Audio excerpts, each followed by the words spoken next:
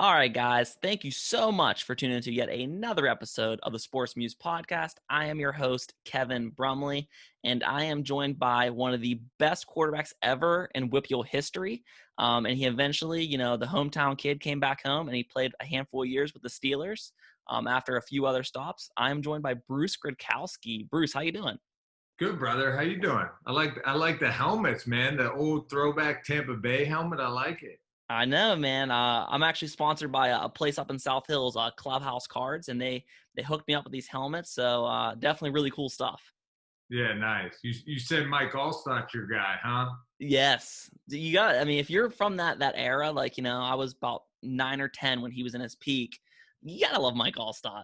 Oh, what? So I played with Mike Allstott. So John Gruden drafted me in '06, and my rookie year training camp.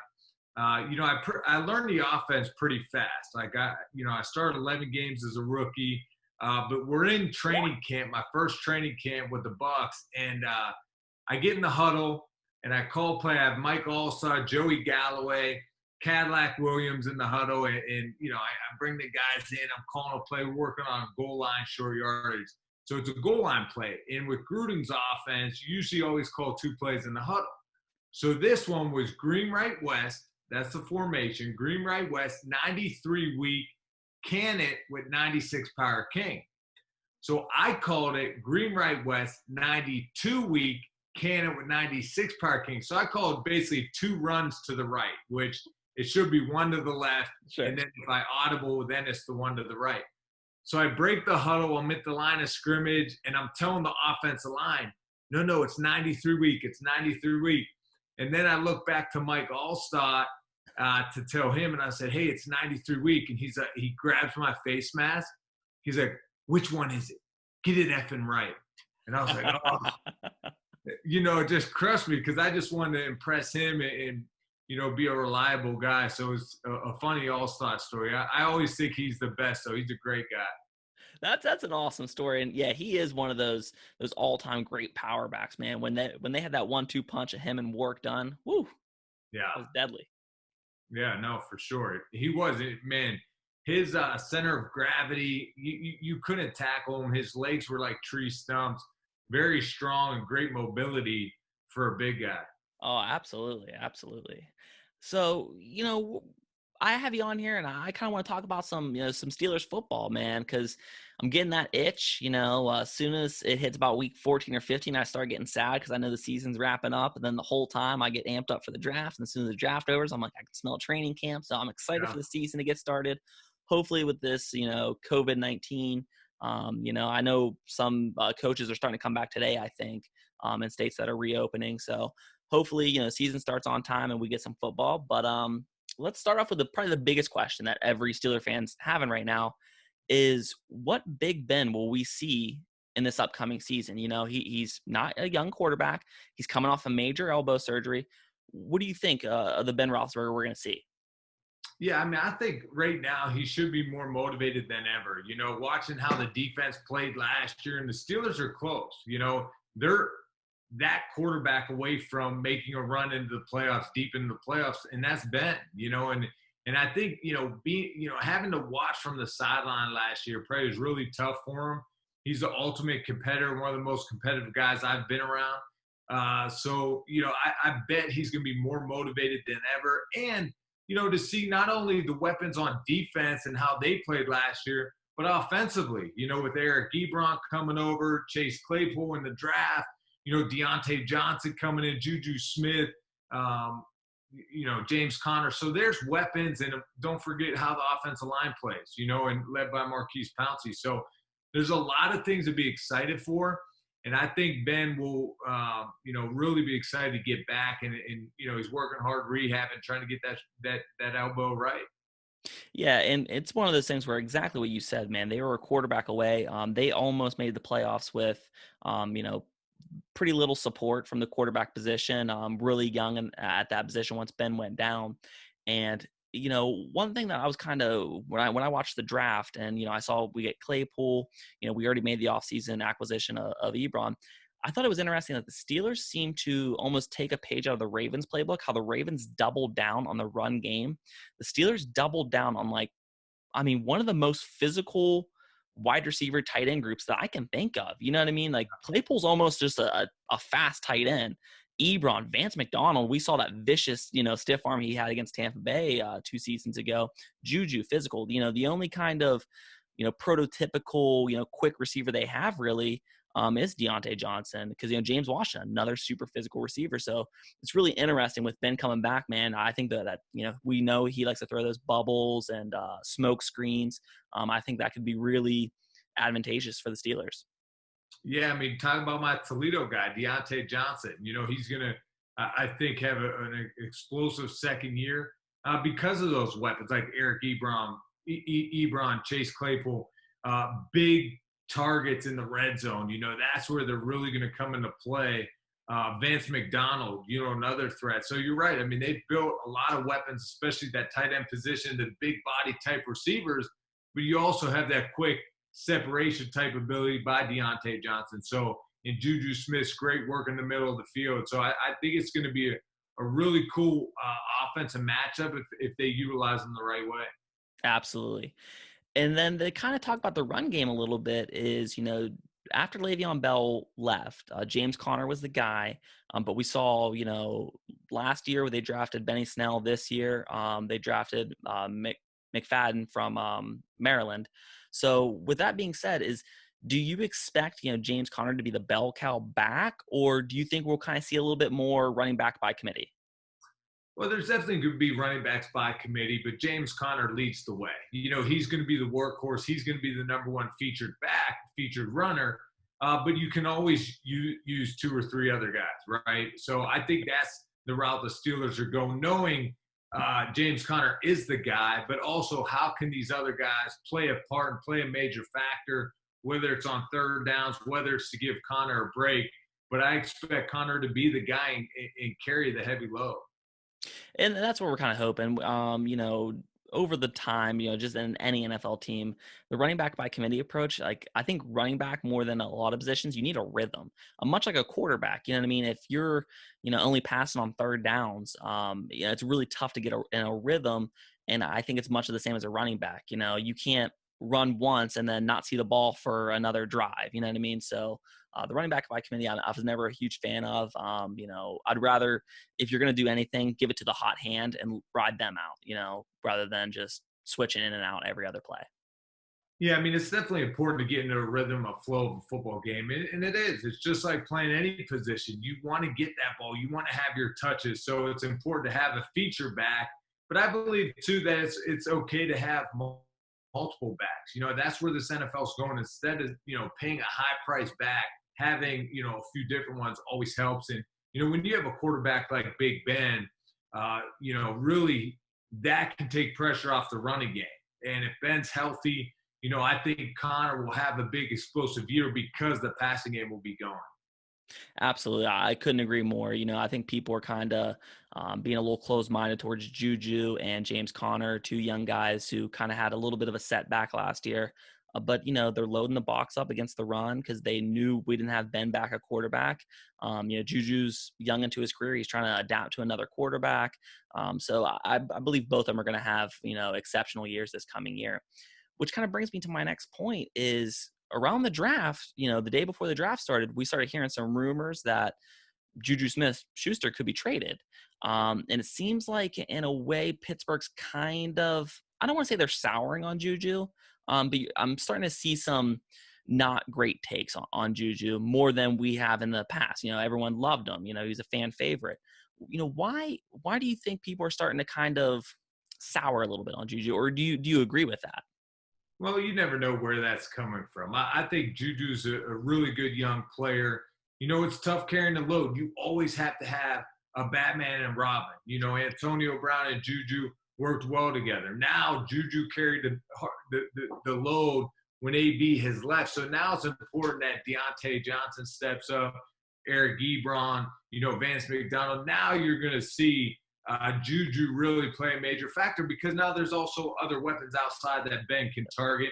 And if Ben's healthy, man, he distributes the ball to everyone if they're playing their part in doing their roles. So I'm not worried about it. I think JuJu will be a significant part of this offense And he's still a really good young player just coming into his main part of his career. And I completely agree. Ed Bochette and Mark Madden both said that JuJu will not be on the team in 2021. Do you agree with that? It's tough because it just depends what he's looking for, through free agency and whatnot. And, it's tough because now, where are you spending that money at? Sure. And, we'll wait and see. We'll wait and see what happens. The Roonies do a really good job of taking care of their guys, but you can't take care of everyone. It's a business at the end of the day. And JuJu also has to do what's best for himself, for the long term. So, we'll see, but I don't think they're too worried about that right now. I think it's important that the production comes into play this year. Absolutely. Do it on the field first, and then we'll worry about, what kind of dollar signs you're going to get coming up.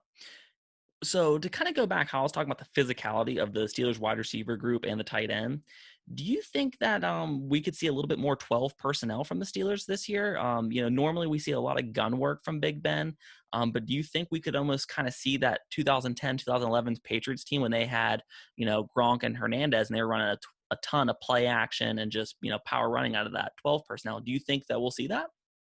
Yeah, I'd love to see it. I mean, I think with the players you have on your roster, you have to build that offense around them and the strengths of it.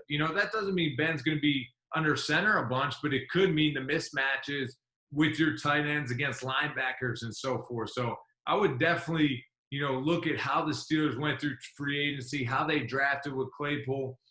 They're going to be physical. They're going to try to run the football. And can that play action pass come off of that? Can they utilize the big weapons in Ebron and McDonald in a two, tight end set, Chase Claypool? I mean, now you got three big targets out there and try to get those mismatches. And that's what's awesome is you love to see the diversity in an offense. And when, you're kind of coming out with the same personnel, but you can break that personnel up. Eric Ebron's never been known as an inline blocker, but it's still one of those things where he can be an asset there. Absolutely. And if you don't know if, they're going to be lining up in a single back with, two tight ends in tight, or they're going to flank them out and going to be running, a 4 wide, 5 wide kind of set. It just always catches the defense off guard. And like you said, it creates those mismatches where you're having a middle backer out there on Eric Ebron, and, good luck, man. A good cover safety has a hard time doing that job. So I think, if the Steelers utilize that personnel group to the best of their abilities, I think we're going to see a lot of yards this coming season. Yeah, for sure. Especially in the red zone. They had those big targets. You got to utilize them, take advantage of that. And Ebron, man, you got to think when he had Andrew Luck, he was blowing it up. He was a big threat in the red zone. So now having a franchise, future Hall of Fame quarterback in Big Ben, it's definitely going to help. I completely agree. To kind of flip the sides of the ball is the Steelers defense was tremendous last year. It's the best we've seen in a long time from Pittsburgh. Can the Steelers defense maintain or even top the level that they hit last year? I think it's going to be hard to top what they did last year as far as maybe a turnover worthy, how many turnovers they got last year. That was pretty impressive. But even if they, do half of what they did last year, now you have Ben back. Now this offense should be more explosive. Now there's more points on the board, taking advantage of these turnovers. So I think the defense did a tremendous job last year. You got to figure Tuitt's going to be coming back. Cam Hayward, the leadership he brings, Fitzpatrick, with what he did coming over from Miami, it's impressive. So I think the Steelers defense is going to continue to get better. They're going to continue to create turnovers. We'll see if they can duplicate what they did last year. It's always hard to replicate that, but I still think they're going to be a force, one of the best defenses in the league again. And now they'll have the offense to match up with it. Yeah. And, when I was initially looking at this on paper, I'm like, exactly what you said. It's going to be really tough to replicate that season from last year. But you're looking at, now Bush isn't a rookie anymore. Tuitt, who is extremely underrated in the NFL, Steeler fans appreciate him. He's coming back healthy.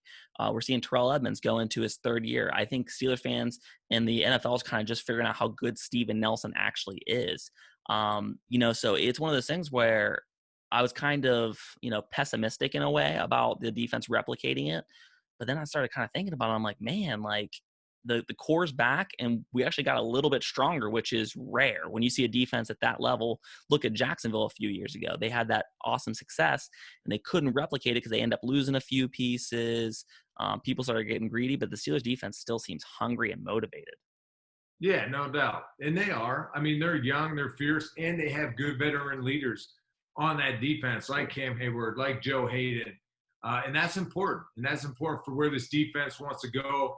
And I think they'll be the total package this year, offense, defense, and special teams. So it'll be exciting to watch. Yeah, because we didn't even talk about the other Watt brother getting signed, and he's a special team ace. So absolutely, I'm completely with you. I'm really excited to watch that defense perform. Give me a breakout candidate for the Steelers this year. I'm going to have to say Deante Johnson. I think he's going to really continue to explode on the scene. He did some great things last year, but I think he's going to be even more comfortable this year. He's also a big playmaker in special teams, Absolutely. return, kickoff return. So I think Deante Johnson could be huge. I think, Ben has an opportunity to win comeback player of the year. So that'll be exciting to keep an eye on. And I think James Conner will play really well this year, especially with Ben being back. I completely agree. That was my guy. Like that's the guy I'm pounding the table for is Deante Johnson. I feel like, I've seen some people be like, oh, he had a good rookie season. I don't know if he can bring that back, but we've heard the rumors that he was injured last season. He kind of played hampered, and I feel like he's the only receiver we have of that skill set. So I feel like he brings a whole different tool set that we can really, really utilize. And I kind of expect a 75 catch season, maybe 6 touchdowns, maybe 1,000 yards, which is a big step up for a second year receiver. But I definitely think he's capable of it because when he was coming out in the draft, he was one of the absolute best route runners in that year. And that carries a long weight when you're playing with that Hall of Fame caliber quarterback. Yeah, no question about it. I think Deante Johnson could do it all because he has a separation capability. And I expect a big year from him. And the other guy I would mention that I think I'm a little bit just hoping that it's a breakout year because it's kind of a make or break season for him is Terrell Edmunds. We've seen him. He's an athletic freak, but much like a Bud Dupree, who's an athletic freak, it just took him a little bit to figure out how to use that in the NFL. I'm hoping this is the year Terrell Edmunds really starts coming along. He's one of those guys that's not a mismatch when he's on a tight end because he's so athletically gifted. He's a strong guy. That's a guy I'm kind of, a dark horse, I would say, for a breakout candidate. Well, the Steelers always do a really good job of investing in the young guys they draft and giving them an opportunity to learn and grow. And he is at that point in his career that he has to take the next step. He has to prove to the Steelers of why they drafted him, why they brought him in, and continue to get better. That's the point. Your third, fourth, fifth year in the NFL, it really comes together, and you have to be able to prove and show that now you understand, the defense, you know what to do, you're going to be accountable, reliable, and you make plays. So I think this is a big year for him to really step up and show what he's capable of and, prove to the Steelers of why they drafted him. Absolutely. And I'll get you out on this is, do you have a prediction for the Steelers regular season record? Man, I think if they put everything together, I think their focus has to be on starting fast. They've always tended to start a little slow after the preseason. Not a lot of starters play, but start fast. Come out of the gates hard. I think they could be a 12-win type football team. If they focus and take care of business, and especially the games that they should. I never worry about the big games, the primetime football games. That's never an issue with the Steelers with Big Ben and that defense, but they have to take care of the business that they should, and that starts week 1, and I'd like to see them explode on the scene. I completely agree. I was thinking 11, 12 wins, and exactly what you said with, for some reason, I'm a big Mike Tomlin fan. I know in the Pittsburgh area, it's love-hate relationship. I've always really thought Mike Tomlin was an underrated coach. You don't see a player's coach last as long as he did. As he has, because he hasn't lost their trust, their respect, or anything like that. The players will run through a wall for him. But at the same time, if there's one strike you put against Mike Tomlin is he does tend to lose the really easy games. When the Steelers are 10 wins and they're playing a 3-win Raider team or something like that. Those are the games they kind of slip up, those trap games. So, hopefully this season, we kick that, you know what I mean, out of our system, and we just continue our winning ways, man. I'd love to be back in the playoffs. No, for sure. I've always been a big fan of Tomlin. I played for him for a few years, so he's a strong leader. He's exactly what the guys need.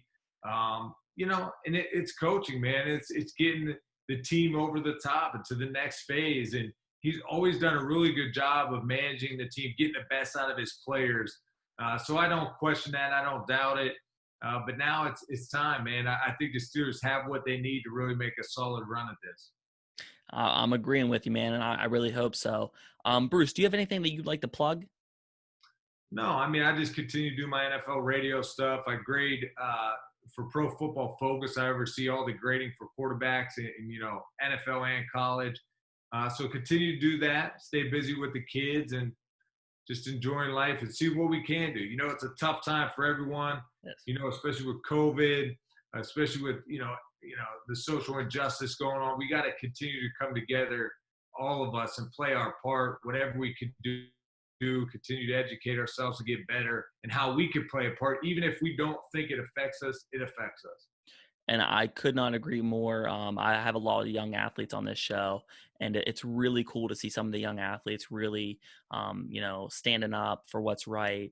It's really chilling to see. And I'm really glad that it's not just the older generation getting behind this, but the younger generation is really starting to plant their feet in the ground and stand up for what's right. So I love it. I want to thank you so much for for you coming on the show. I loved having you. It's awesome to talk, Steelers football, especially with somebody who's definitely been there at the mountaintop. Yeah, no problem, brother. Thanks, Kevin. Thanks for having me on. Thank you, sir. Thanks for tuning in, guys. Until next time.